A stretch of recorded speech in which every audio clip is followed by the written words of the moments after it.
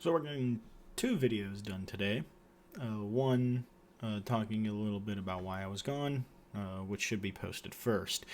But the second one, I want to go back towards some of that short form content. And one of those things is usually looking at some of the news that I see. And one of those things that I saw was something that seems very unfortunate. So, to all of my ape brothers and sisters that are out there, whether if you are a bodybuilder or you're just someone as hairy as as I can be, probably one of our favorite things that we like to eat are bananas. And unfortunately, bananas are making it on the news as of recent. And I say unfortunately because bananas seem to be facing possible extinction. Now, whether if that is true or not is up to whether if our farmers across the world are capable of preventing this disease from spreading. Now, many people might not know the current version of bananas that are most commonly found in supermarkets called the cavendish are clones of one another in a way. So they're genetically similar, if not genetically identical. And if anybody has taken a basic anatomy biology class, anything that is genetically identical to one another faces the same susceptibility. Genetic diversity encourages those that survive will thrive, survival of the fittest. But because of how popular bananas are, the mass production of these required the genetic identity to be similar amongst one another. When that happens, if a disease were to arise, then it faces the potential of wiping out the entire population because the entire population doesn't have resistances unless if they were already predisposed to those resistances. Now, this has already happened in the past.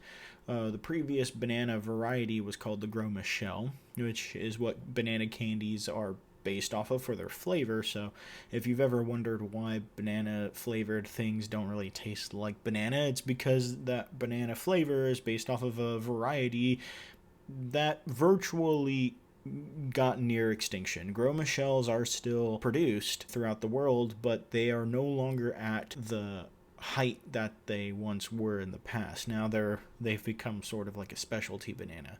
Whereas with the Cavendish has replaced the Gros Michel with the popularity that it has gained. So, but the Cavendish variety, everybody knows that one. The long green or yellow if it's ripe, or black if you let it sit out for longer than 2 weeks, standing up.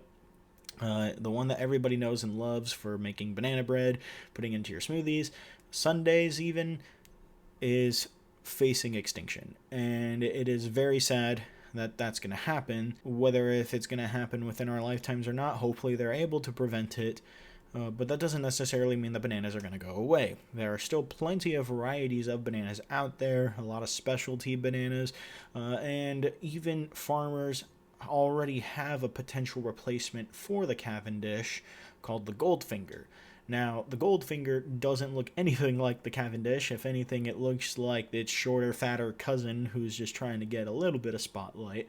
But if the Cavendish does eventually go away, or has a very similar fate to how the Gros Michel went about, then we're going to have to stick with some Goldfingers. And there's already plenty of ideas that come off the top of my head on how to address the Goldfinger. I mean, people already joke about bananas to begin with. Imagine now if you're going to be sucking down on a couple of Goldfingers. Hopefully that's not the fate of bananas as of right now. I know this is a bit of a different topic, not really something too crazy as what most people talk about, but hey, if you're interested in bananas, if you like bananas and you're worried that your bananas are soon to go away, well, at least you've been warned. So I'm not trying to make people distressed to where you would start hoarding your bananas like you hoard toilet paper during COVID. So I wouldn't say worry about it too much at the moment. The fungus is still on the rise. It hasn't fully affected every single farm, but it is starting to affect the Cavendish farms throughout certain parts of the globe. It hasn't fully hit everything, so we should be okay for the time being. We still will have the potential to use our bananas in smoothies and sundaes or however you want to eat it, but I wouldn't worry at the moment until we get further news that our favorite banana variety will soon go away. So that's it for now.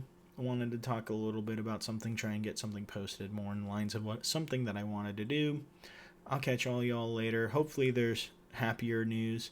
But until then, peace.